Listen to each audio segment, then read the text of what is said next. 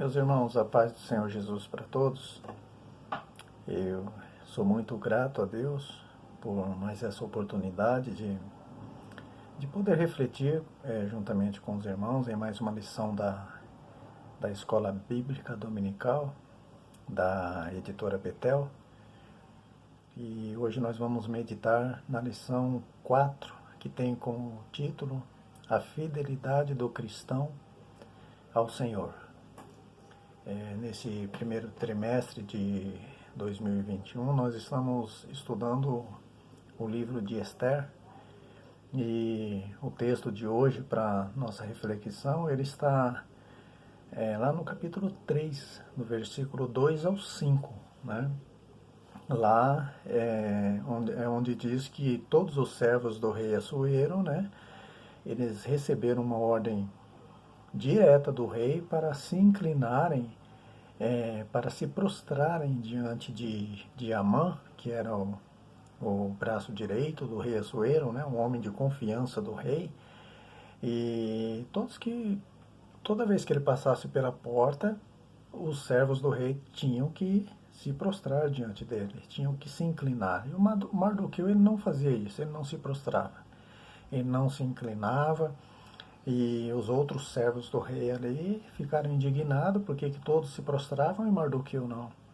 Então foram questionar Mardoqueu e tudo, e deduraram ele, né? Entregaram ele para o Amã, e o Amã foi lá para conferir, viu que era assim mesmo, né? E o texto diz que Amã ficou muito furioso, porque o Mardoqueu não se prostrava quando ele passava, né? Mas antes de comentar esse texto melhor, irmãos, eu gostaria só de falar um pouco sobre o título da lição, né, que é a fidelidade do cristão ao Senhor. Então nós vamos falar um pouco sobre a fidelidade que está aí nesse título, né? Afinal, o que vem a ser a fidelidade? A fidelidade, irmãos, é uma qualidade, né, uma característica daquele que é fiel, né? Então diz respeito à lealdade, é a mesma coisa, né? São sinônimos. E a fidelidade, ela é algo que deve ser constante na vida do cristão, né? Independente das circunstâncias, né? A pessoa sempre tem que ser fiel a Deus. Esteja tudo bem, esteja tudo mal, a pessoa tem que se manter fiel. Não adianta a gente ser fiel a Deus durante quase a vida toda, e no último momento, né, a gente de repente deixa de ser fiel a Deus, deixa de servir ao Senhor, abandona a fé. E aí, irmãos, aí foi tudo em vão. O tempo que a gente ficou, né, praticamente quase a vida toda sendo fiel a Deus, foi tudo por água abaixo, né? Foi tudo em vão. Os momentos de perseguições, de aflições, por amor ao Evangelho, por amor a Jesus, né? A abstinência do pecado que a pessoa se reteve, vai tudo por água abaixo, né? E isso, irmãos, não sou eu quem estou dizendo não, tá? Isso é o apóstolo Paulo que fala na carta aos Gálatas, no capítulo 3, versículos 3 e 4. Olha o que Paulo diz. Vós sois tão insensatos, né? Ou seja, loucos, que tendo começado no Espírito, acabeis agora pela carne. Será em vão que tenhais padecido tanto? Então, irmãos, aqui a igreja da Galácia, né? Ela nadou e estavam morrendo no seco, né? Como dizem aí fora. E Jesus foi bem claro, irmãos, quanto à perseverança, né, na fidelidade. Olha o que Jesus diz em Mateus capítulo 10, versículo 22. Aquele que perseverar até o fim, esse será salvo. Então, é bem claro, né, que a perseverança, a fidelidade a Deus tem que ser até o fim, né, em todo o momento. Irmãos, e não se engane, tá bom? Porque o diabo, o nosso adversário, ele não vai ficar de braços cruzados vendo o cristão permanecer fiel a Deus, né? Ele vai fazer de tudo, né, dia após dia, para impedir isso, tá? Jesus disse lá para a igreja de Esmirna, lá no livro de Apocalipse, capítulo 2, versículo 10, Jesus diz: o diabo lançará alguns de vós na prisão, para que sejais tentados, e tereis uma tribulação de 10 dias. ser fiel até a morte e dar-te-ei a coroa da vida. Perceberam? Então a coroa da vida, irmãos, é para quem permanece fiel até a morte, o tempo todo, né? E foi justamente o que aconteceu aqui com Mardoqueu, né? O diabo, ele nunca vai aparecer, irmãos, com um garfo tridente na mão, né? Com aquele chifrinho, com aquele rabo com a seta na ponta, todo vermelhinho, né? Isso é fábula, isso é coisas da mente do homem, né? De histórias em quadrinhos. O diabo, ele nunca vai aparecer assim, né? Lá no Éden, ele apareceu disfarçado de serpente para enganar a Eva. Então, o diabo, ele usou a serpente, mas hoje ele usa as pessoas também, né? Para enganar, para tentar, para perseguir, para afligir os cristãos. E aqui no caso, irmãos, foi o que aconteceu, né? Ele usou um certo Amã para fazer a cabeça do rei Assuero, né? A fim de que todos reverenciassem a ele, ao Amã, né? Se inclinassem, se prostrassem diante dele. Então ele fez a cabeça do rei e o rei assinou, né? O rei ordenou que fosse assim, né? E como Mardoqueu permaneceu fiel a Deus, ele não se prostrava diante do Amã, então ele começou a perseguir não só o Mardoqueu, né, mas todo o povo judeu também. E aqui, irmãos, nesse ponto surge uma questão, né? Às vezes a pessoa questiona, né, se era uma ordem do rei, né, e Mardoqueu não obedecia. Então ele estava sendo insubmisso à autoridade do rei, não é isso? E o que a Bíblia diz lá em Romanos, capítulo 3, versículo 1? Né? Que toda alma deve ser sujeita às autoridades superiores, né? Porque não há autoridade que não venha de Deus. E as autoridades que há, elas foram ordenadas por Deus. Por isso, quem resiste às autoridades, resiste à ordenança de Deus, trazendo sobre si mesmo condenação, né? Então a Bíblia está dizendo que a gente tem que ser submisso às autoridades superiores. E agora, como fazer, né? Se Mardoqueu, ele não era submisso ao rei, mas ele deveria ser submisso ao rei ou ele deveria ser submisso a Deus, né? Aí é que está, né, irmãos? E a gente precisa, irmãos, ter discernimento de uma coisa, né? Que cada caso é um caso, tá? A submissão às autoridades, ela é condicional, irmãos. Ela é condicional, desde que não ultrapassem os limites da palavra de Deus.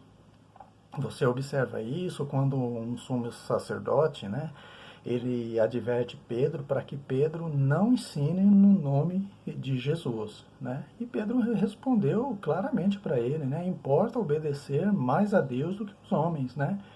Agora, por que Pedro reagiu dessa forma diante dessa autoridade? Porque Jesus disse em Mateus, capítulo 28, versículo 19, e ide e ensinai todas as nações, batizando-as em nome do Pai, do Filho e do Espírito Santo. Né? Então, enquanto o sumo sacerdote ele disse para o Pedro não ensinar no nome de Jesus, Jesus disse para ele ensinar no nome do Pai, no nome de Jesus e no nome do Espírito Santo, né? Então, importa obedecer mais a Deus do que o homem, né? Importa obedecer mais o Criador do que a criatura. E isso aí, irmãos, serve para todo tipo de submissão, né? Que tem na Bíblia Sagrada, né? Tanto dos filhos aos pais, que está lá em Efésios, capítulo 6, versículo 1, quanto a submissão da esposa ao marido, Efésios também, capítulo 5, versículo 22, e até a submissão da igreja ao pastor, irmãos. Hebreus, capítulo 13, versículo 17. Todas essas submissões registradas na Bíblia, todas elas são condicionais, né? Desde que não confrontem, desde que não contrariem a palavra de Deus, né? A Bíblia diz, né, que os filhos devem honrar seus pais, né, serem obedientes aos pais. Mas se por um acaso os pais não forem crentes e o filho é crente, aí os pais dizem para o filho, olha, você vai deixar de ser crente, né? Você não vai mais crer nesse Jesus que você serve, né? A quem o filho deve obedecer? aos pais ou é Jesus que diz, credes em Deus, credes em mim também? Né? E agora? Né? Jesus responde essa pergunta para a gente, né? Lá em Mateus capítulo 10, versículo 37. Né? Quem ama pai e mãe mais do que a mim não é digno de mim. Então, irmãos, os filhos devem ser submissos sim, devem honrar, né, seus pais, pai e mãe, né? Devem honrar sim, devem amá-los, mas não acima de Deus, jamais acima do nosso Deus, amém? E a palavra de Deus também diz, né, que as esposas devem ser submissas também aos seus maridos, mas se por um acaso os maridos forem incrédulos, irmãos, e quiserem submeter a esposa crente, né, a práticas que a Bíblia abomina. Né? A esposa também não deve se submeter ao marido nessas práticas, né? Mas sim a palavra de Deus. Né? Com relação aos pastores também, a mesma coisa. Né?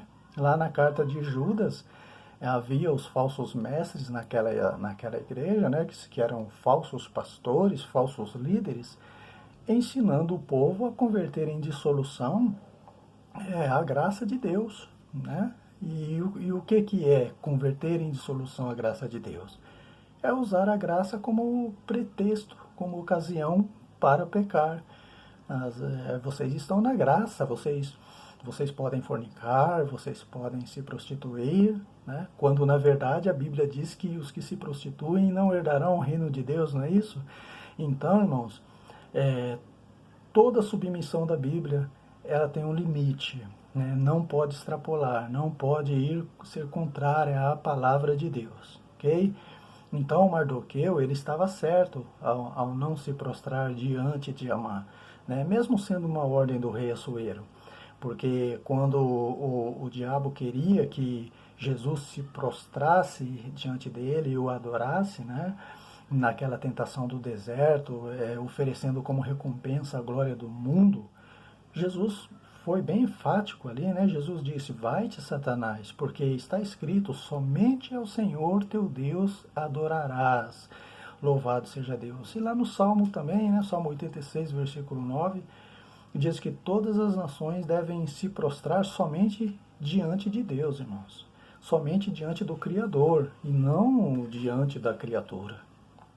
Quando Cornélio lá foi adiante de Pedro lá, e quis se prostrar diante de Pedro e adorar a Pedro, Pedro repreendeu ele na hora, né?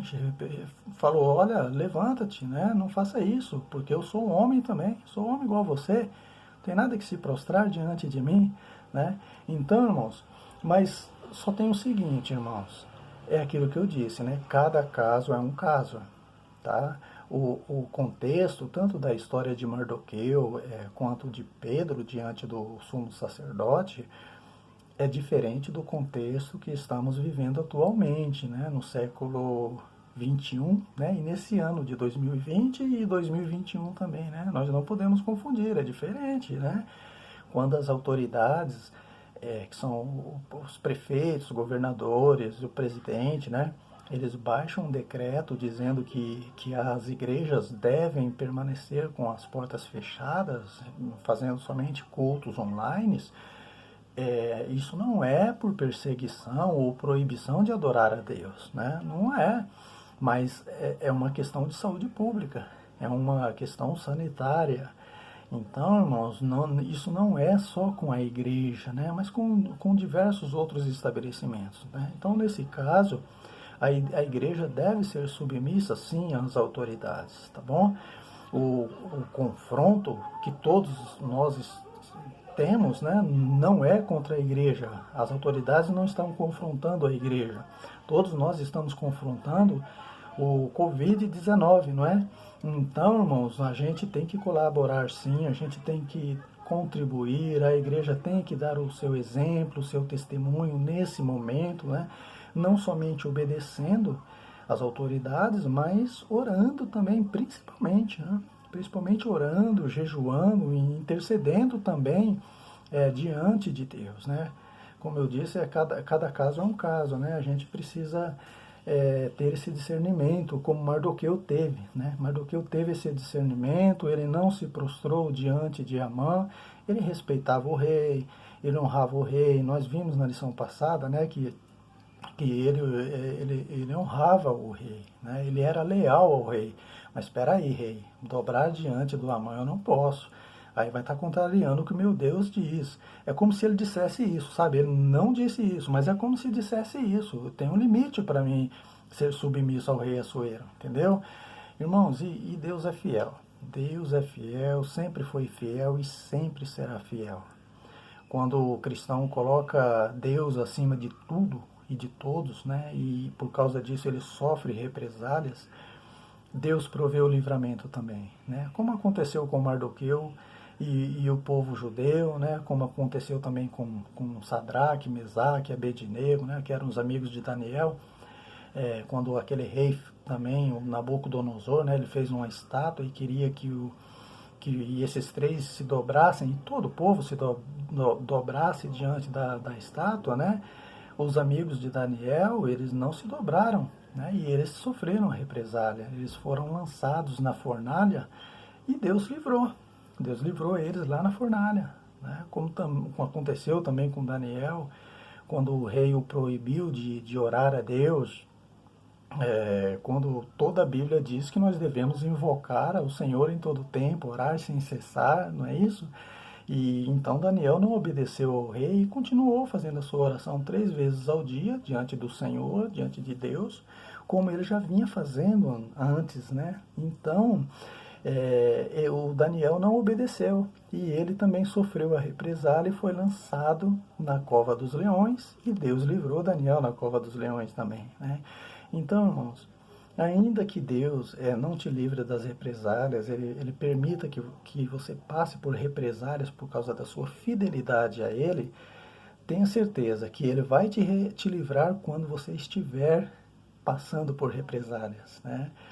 Deus, se Ele não te livrar da fornalha, Ele vai te livrar na fornalha. E se Ele não te livrar da cova, Ele vai te livrar na cova dos leões. Louvado seja Deus. Amém?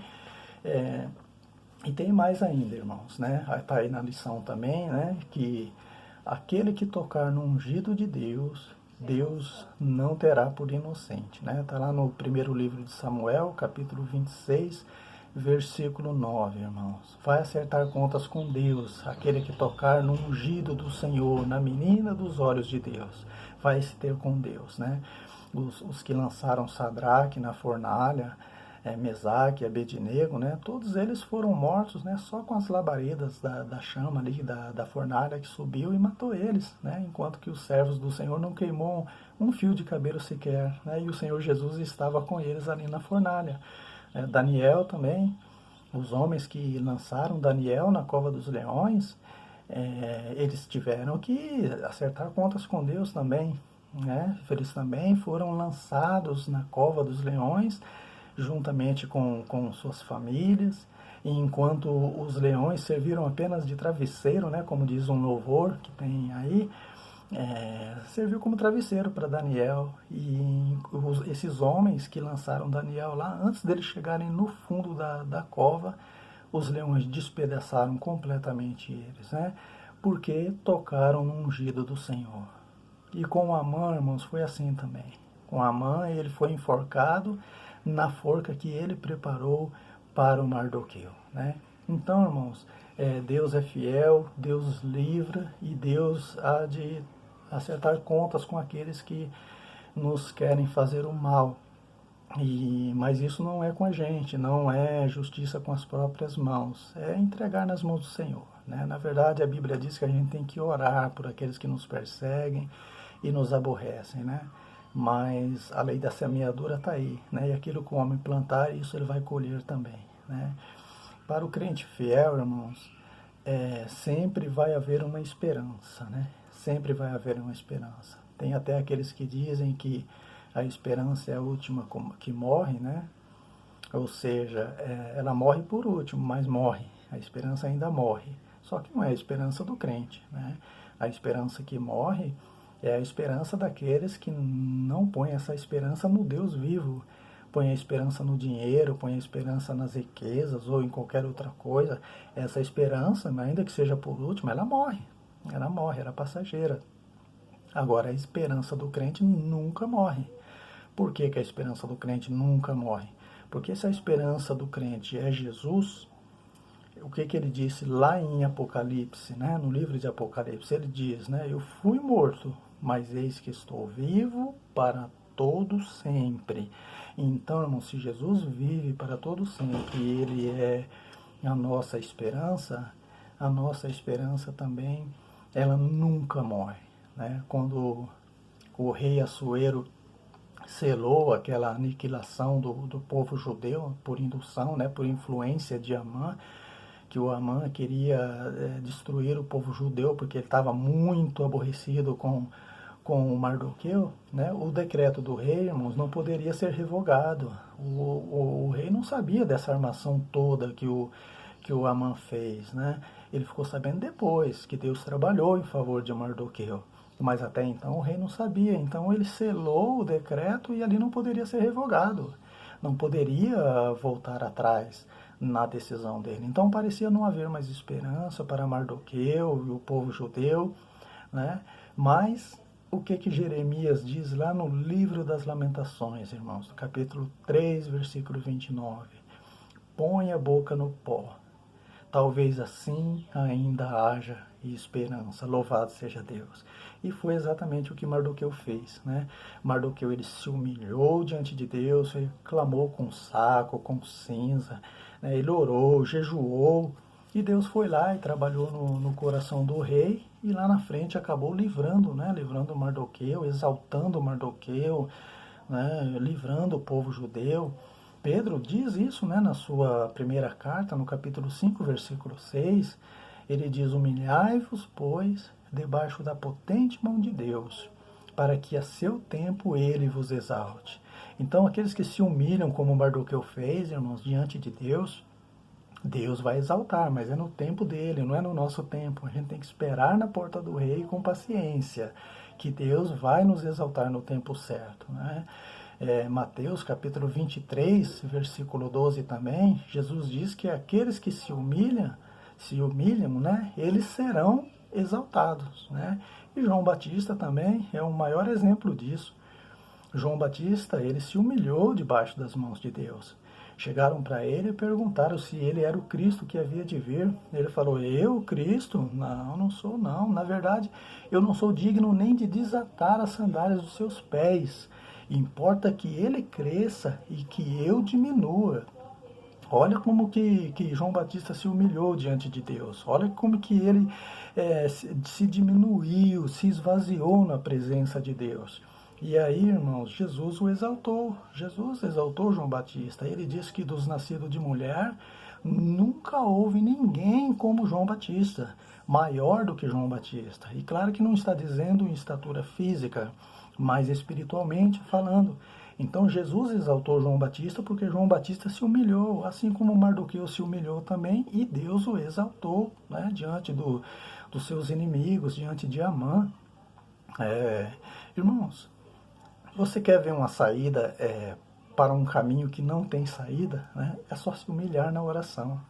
Tem que se humilhar na oração, tem que se humilhar no jejum, diante de Deus, né? Jesus também foi o maior exemplo, porque ele é Deus, né? E Jesus, mesmo sendo Deus, ele se humilhou, ele se esvaziou, ele tomou a forma de servo, sendo semelhante aos homens, e sendo obediente até a morte, e morte de cruz, que era a morte mais humilhante que tinha na época. Olha como que Jesus se humilhou, irmãos. Só que o que a Bíblia diz? Lá em Filipenses capítulo 2, isso está no versículo 9 ao 11. Que Deus o exaltou soberanamente e lhe deu um nome que está acima de todo nome, irmãos. Né, para que ao nome de Jesus se dobre todo o joelho dos que estão nos céus, na terra, debaixo da terra, e toda língua confesse que Jesus Cristo é o Senhor, para a glória de Deus Pai. Então, irmãos, é isso. João Batista se humilhou, foi exaltado. Mardoqueu, né, se humilhou, foi exaltado, e o nosso Senhor Jesus Cristo se humilhou e foi exaltado soberanamente também. Né? Glória a Deus. E se nós nos humilharmos diante do nosso Deus, cedo ou tarde, irmãos, cedo ou tarde para nós, porque para Deus é no tempo dele, né? Ele vai nos exaltar também. Porque, irmãos, as perseguições, elas virão, com certeza, né? Para tentar nos afastar da fé em Deus. As afrontas virão, como eu disse, o inimigo vai usar as pessoas para nos afrontarem, né? E isso é uma luta diária, irmãos. É cada dia matando um leão, um problema, uma dificuldade, uma perseguição, né? Assim é a vida do crente fiel, né? Mas, irmãos, nós não estamos sozinhos, né? O Senhor dos Exércitos está conosco, o Deus de Jacó é o nosso refúgio, louvado seja Deus. E Ele é poderoso, irmãos, para transformar maldições em bênçãos na nossa vida, né? Aquilo que vier contra você, Deus vai usar a seu favor. Tenha certeza disso. Quando aquele leão e aquele urso vieram contra Davi, né, e contra as ovelhas do seu pai ali, o Davi, ele não correu daquele leão, ele enfrentou o leão, enfrentou o urso, Deus deu vitória a ele. Sozinho Davi não podia, mas Deus deu vitória. E isso que viria para o mal, para destruir Davi e aquelas ovelhas, serviu de reforço para ele, né? Serviu de experiência, serviu de exemplo para ele lá na frente, diante do gigante Golias. Talvez se Davi tivesse fugido do leão e do urso, ele não teria coragem de enfrentar o Golias. Mas ele enfrentou Golias porque ele viu que Deus estava com ele, deu aquela vitória contra o leão e contra o urso. Então, irmãos, quando os problemas vierem, os leões e os ursos que surgirem, a gente não tem que correr, não tem que temer, a gente tem que enfrentar no nome do Senhor dos Exércitos, porque isso vai servir de experiências posteriores que poderão surgir, não é? Então, irmãos, está cheio de diamantes por aí, né? Pessoas usadas pelo inimigo, né? Mas a gente tem que se manter fiel a Cristo, não deixar que nada nos desvie do alvo que é o nosso Senhor Jesus Cristo, né? Como diz aí na verdade aplicada da lição, né, da revista, o Espírito Santo ele nos auxilia a permanecermos fiéis ao Senhor em todo o tempo. O Espírito Santo vai nos direcionar para o alvo. Quando você atira uma flecha de uma distância muito longa, se bater um vento muito forte, a flecha desvia do alvo, não é? O vento desvia a flecha. Mas ainda que isso aconteça na nossa vida, irmãos, os ventos queiram nos desviar do alvo que é Cristo, o Espírito Santo vai nos direcionando para o alvo. Se o vento nos lançar para a esquerda, tirando do alvo, o Espírito Santo joga para a direita. Se o vento bate e não joga para a direita, o Espírito Santo acerta a gente para a esquerda. E a gente vai, nem que for em zigue-zague, irmãos. Nem que for em zigue-zague, não precisa ser em linha reta. Mas nós vamos acertar o alvo, porque o Espírito Santo vai nos direcionar para esse alvo que é Cristo. Louvado seja Deus. Amém, meus irmãos? Que Deus abençoe a todos e até a próxima lição.